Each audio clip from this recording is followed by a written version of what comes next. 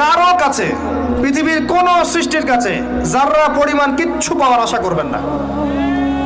একটু আশা করবেন, আপনি কষ্ট পাবেন। কারো কাছে কোনো আশা করতে যায় না, শুধু আল্লাহর কাছে আশা করেন। সমস্ত কাজের প্রতিদান আল্লাহর কাছে চান, পরকালে আপনি সুখে থাকবেন ইনশাআল্লাহ। শেষ হাসি আপনি হাসবেন ইনশাআল্লাহ। এছাড়া আমি কোনো সলিউশন দেখি না ভাই। আমি কলিজা থেকে কথাগুলো বললাম আপনাকে,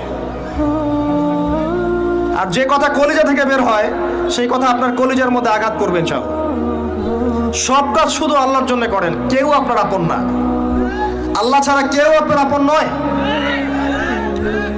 আপনি ভুল করবেন যদি আপনি অন্য কাউকে আপন মনে করেন। আপনার পলিটিক্যাল লিডার, আপনার প্রশাসনের স্যার, আপনার পরিবারের স্ত্রী, আপনার সন্তান, হাবি জাবি যা যা আছে, যদি মনে করেন আমার আপনজন, আপনি ভুল করবেন।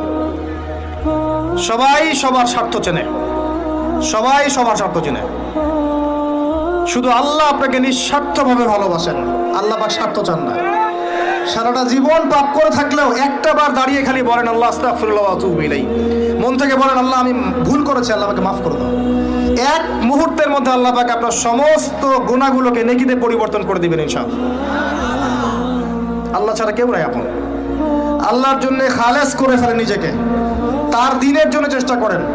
তার দিন আজকে অবহেলিত, তার দিন আজকে অপদস্থ। সারা বিশ্বের বুকে আজকে মুসলিমরা নির্যাতিত, নিপীড়িত।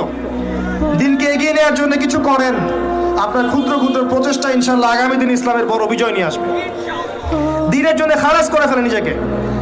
আপনার সময় আছে এখন, জ্ঞান অর্জন করেন, জ্ঞান অর্জন করেন, পড়াশোনা করেন, আলেম ওলামার কাছে গিয়ে ক্লাসিক্যাল বইগুলো পড়েন, প্রজেক্ট রেডি করেন, দাওয়াতি কাজ করেন, বই লিখেন, বক্তব্য দেন, দিনের জন্য করেন। আপনাকে আপনার দুনিয়া আল্লাহ গুছিয়ে দিবেন ইনশাআল্লাহ। দুনিয়া আল্লাহ গুছিয়ে দিবেন ইনশাআল্লাহ। আপনি দিনের জন্য খালেস করে ফেলেন নিজেকে, আল্লাহর দিনের হয়ে যান।